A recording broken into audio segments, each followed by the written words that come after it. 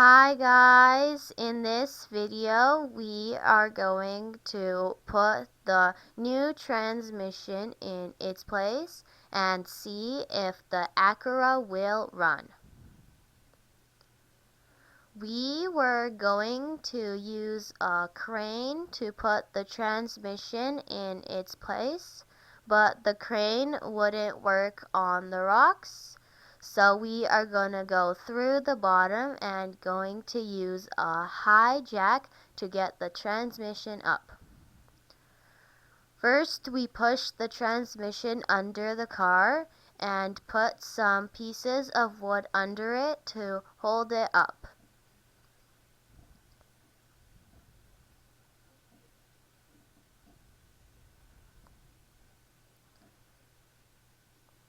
Here is the high jack, and my dad is going to hold up the transmission while my mom pushes the high jack under it. So then we can lift the transmission up.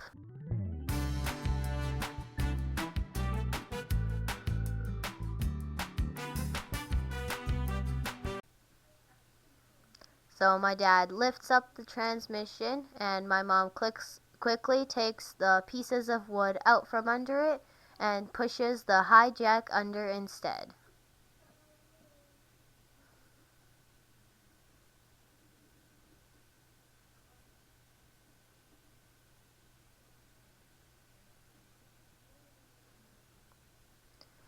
Now my dad is using the high jack to lift the transmission up in its place. It's going up slowly, but it's gotten to its place.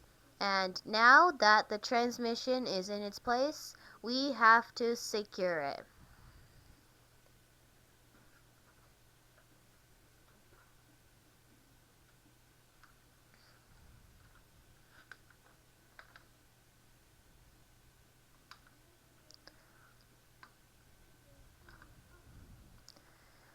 My dad is first using his hands to put the bolts in place, and then he is tightening them with a wrench.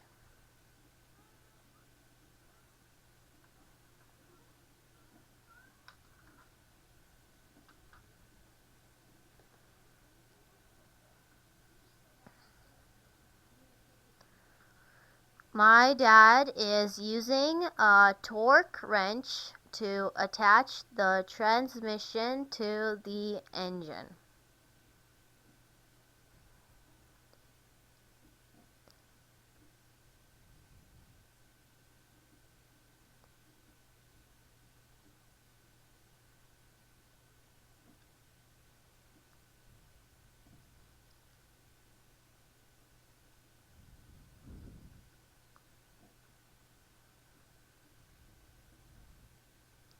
Now we are going to attach the torque converter to the flywheel. My mom is going to be turning the torque converter and flywheel, and my dad is going to be screwing them together with bolts. There are 8 bolts that hold them together, and you can see as my mom spins the torque converter, the next hole for the bolt comes up and my dad puts the bolt in.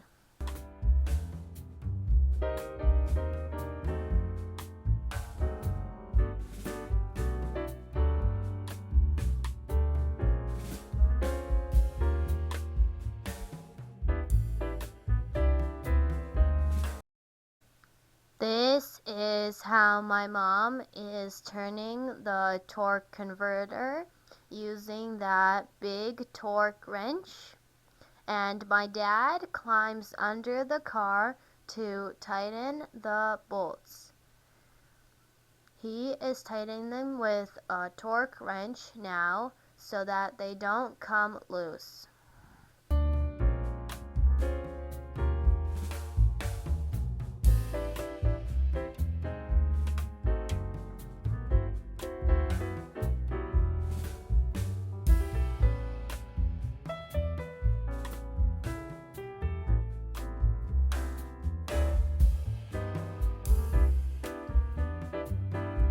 Now that we have gotten the transmission in place, we are going to put the other parts back in place too. First, we are going to put the subframe back in place, and the subframe is attached to the body of the car.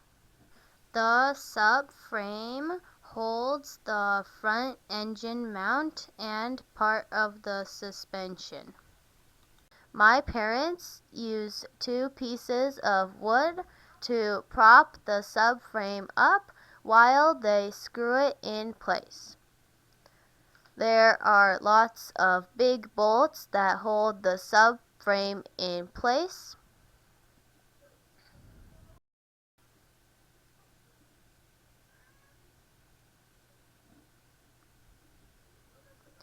Here you can see this is a really big bolt that my dad is screwing in that is going to be holding the subframe up. There is another big bolt on the other side just like the one before. And now we don't need the pieces of wood that were propping the subframe up.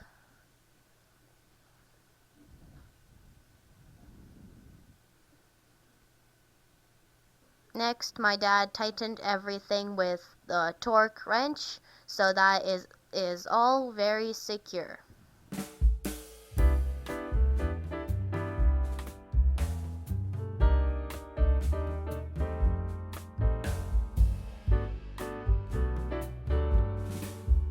Next, we are going to put the axle back in place, but to make it easier, we took the axle apart so that we wouldn't have to hold the whole thing up and screw it in. We are going to put the side part in first, and then we are going to put the actual axle in. Here we've gotten that piece in place, and now we can put the axle in. Here my dad has gotten the axle, and there is the hole he is going to put it into. We have gotten the axle in on that side, and now we are going to put it in on the other side. This side we have to put more stuff back together because this is the side through which we took the transmission out. The low ball joint was broken, so we are going to change it. To take it out, we heated it up so that the rust would fall off and it would be easier to take the lower ball joint out. Then we pushed the lower ball joint out of place.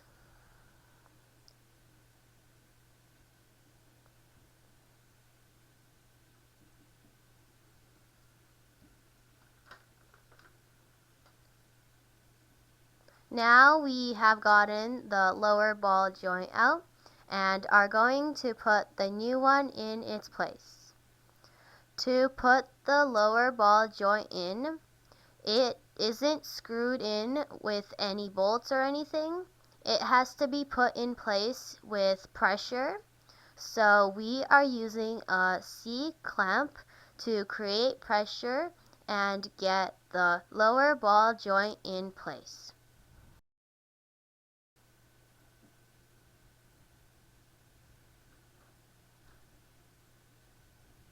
Here is the lower ball joint in place, and now we can put the part where it goes. Here we've gotten this part in, and now we are going to put the starter in place. It is held in place by a really long bolt, which my dad tightened. And now we are attaching all of the wiring and things that we unclamped to get to the transmission. Now we are attaching everything back together how it was. Here you can see the two tubes that were connected to the old transmission where this part was that we didn't have on the new transmission. So we bought Feeding Full Repair to connect the two different size tubes together, and we did that without the part. The two different size tubes were 3/8 and the other one was 1/4.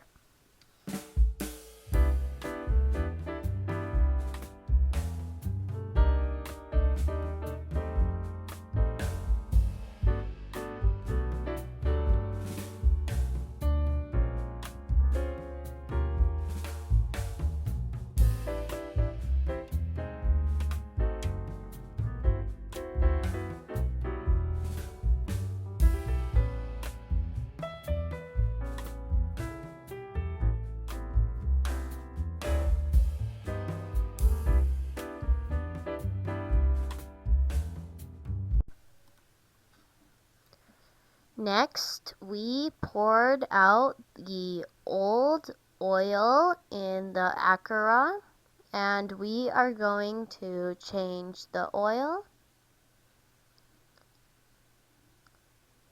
So here's the old oil coming out. And to change the oil, we used a marker and took everything out of the inside and attached it to a funnel so that we can pour the oil in through the hole for checking the oil level so that we wouldn't have to take the car apart again just to get to the spot where you pour the oil in.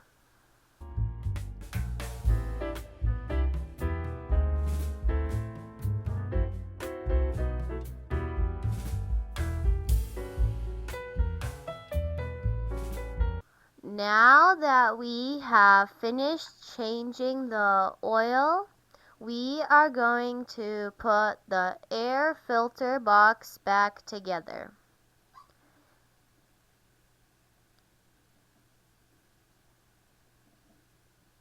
This is the tube that will take the air to the engine, and this is the lid of the air filter box. We also got a new filter that we are going to put in. So here's the new filter, and we just put it into place like that. Click it in place, and that is the air filter box put together.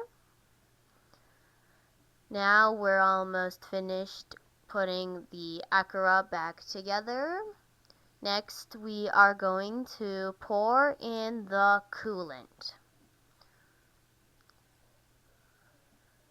To pour the coolant, it's like a yellowy green, and first you pour it into here,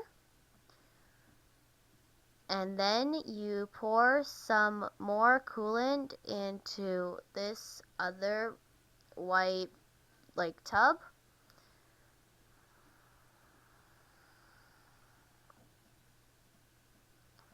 Then we poured in the power steering fluid, and it goes into here, and it's like a clear.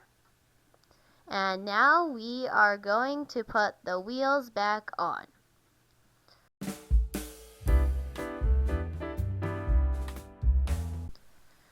Then my dad put the battery back in place, and we are going to run the fluids through the car.